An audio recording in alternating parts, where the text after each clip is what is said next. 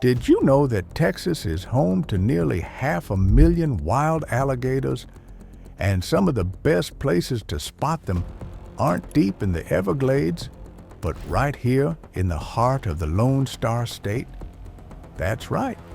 Our swamps, bayous, and wetlands are crawling with them. Today, I'm taking you on a wild ride through the Texas swamps on a quest most folks wouldn't dare. We're gonna hunt for wild alligators with nothing but a camera in our hands and a whole lot of nerves. Hey y'all, welcome back to the Lone Star Plate, where we explore the boldest flavors, wildest places, and unforgettable stories from the great state of Texas. I'm your name, and if you've ever wondered just how wild the Texas wilderness really is, you're in for a treat. Today, I'm swapping out my usual BBQ brisket for mud boots, bug spray, and a sense of adventure, because I went alligator spotting in Texas's swamps, and I'm bringing y'all along for every heart-thumping moment. So why should you stick around for this swampy adventure? Well, most folks think you gotta drive clear to Florida or Louisiana to see a real gator in the wild. But Texas? We've got an untamed side that'd make any bayou proud. From ghostly cypress trees dripping with Spanish moss, to the thunderous snap of jaws cutting through bayou water, there's more thrill in these swamps than a rattlesnake at a rodeo. And I'm about to show you firsthand.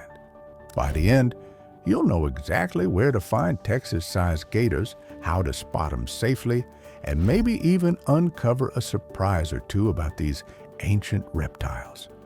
All right, let me set the scene.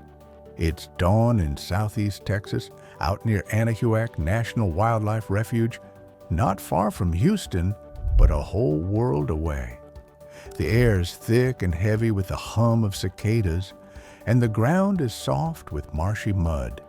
The sun's barely poking above the horizon, painting everything gold, and you can just about hear your own heartbeat as you step into gator country. You see, the American alligator has called Texas home since time immemorial.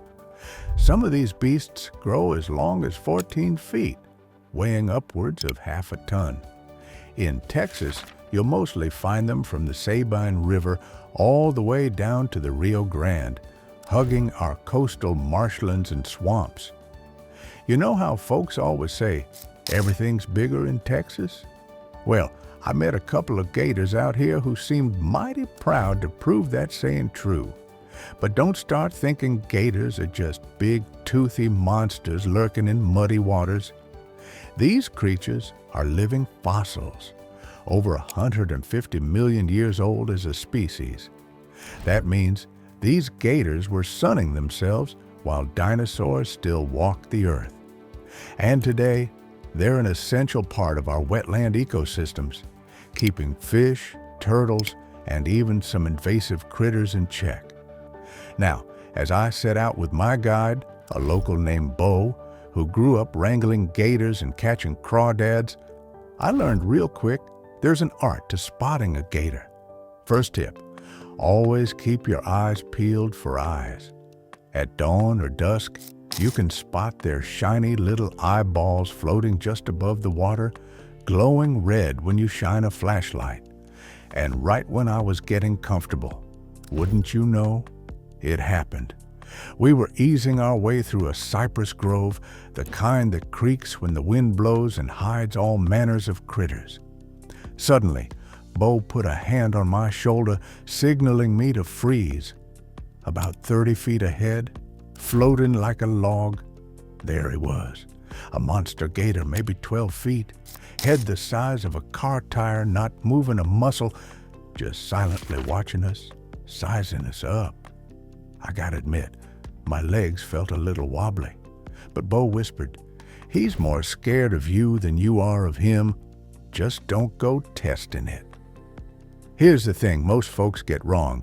Alligators ain't usually aggressive toward people unless you mess with them, get too close, or, heaven forbid, try to feed them. In fact, in Texas, it's illegal to to feed wild gators. Human food makes them lose their natural fear, which can turn a safe encounter into a real problem. The biggest tip for safe spotting: keep your distance. Use binoculars or a long camera lens and never, ever corner a gator. We crept closer, and I marveled at how perfectly still that gator was, just a ripple now and then as he blinked or drifted with the current. That's another trick. Alligators can hold their breath underwater for up to 2 hours. Sometimes you'll spot a bunch of them sunbathing along the banks looking lazy, but they're lightning fast in the water. Hearing Bo tell stories about gators leaping onto riverbanks made me glance over my shoulder more than once. And boy, there was no shortage of gator stories in Bo's neck of the woods. Like the time he found a gator napping in his duck blind, or the summer a mama gator decided to nest right beneath his favorite fishing pier. He explained that alligators are fiercely protective moms, building massive nests out of reeds and mud, laying up to 50 eggs at a time. Come June or July, those little hatchlings start chirping, and mama gator stands guard. Anyone or anything that comes near, she runs off with a bellow that'll chill you straight to the bone. One thing that surprised me: in Texas, the population of wild alligators was once nearly wiped out by hunting and habitat loss. But thanks to strict wildlife laws and conservation work, those gator numbers bounced back in a big way. Today, Texas even has a sustainable alligator hunting season with tight restrictions to keep the population healthy. Over the course of the day, we saw over a dozen wild gators, from little 2-foot youngsters trying to hide in the reeds to true swamp dragons sunning themselves in the open. Each encounter made me respect these creatures more. Yeah, they look ferocious, but they want nothing to do with humans as long as we leave them be. And it's not just about the gators themselves. The Texas wetlands are alive with every manner of wildlife. Gorgeous birds like roseate spoonbills and herons glided overhead. Turtles sunbathed on logs, and the whole swamp pulsed with life you just can't find anywhere else. It reminded me that the wild side of Texas is every bit as thrilling as our rodeos, brisket joints, or live music honky-tonks. So, would I recommend going alligator spotting in Texas? Absolutely, as long as you do it safely, with a deep respect for these ancient reptiles and their lush, mysterious home.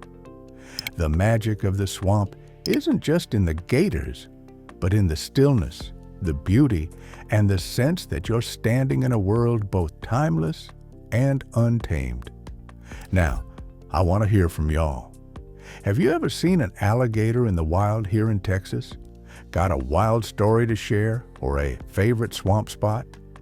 Drop a comment below and swap tales with me. And if you learned something new, give that like button a good old Texas stomp and subscribe for more adventures. Your support helps me keep exploring the wild heart of Texas, one plate or one swamp at a time. Thanks for coming along on this wild ride. This is Your Name from the Lone Star Plate, reminding you everything's bigger and a whole lot wilder in Texas. Until next time, keep your boots muddy and your sense of wonder wide open. See you down the trail, y'all.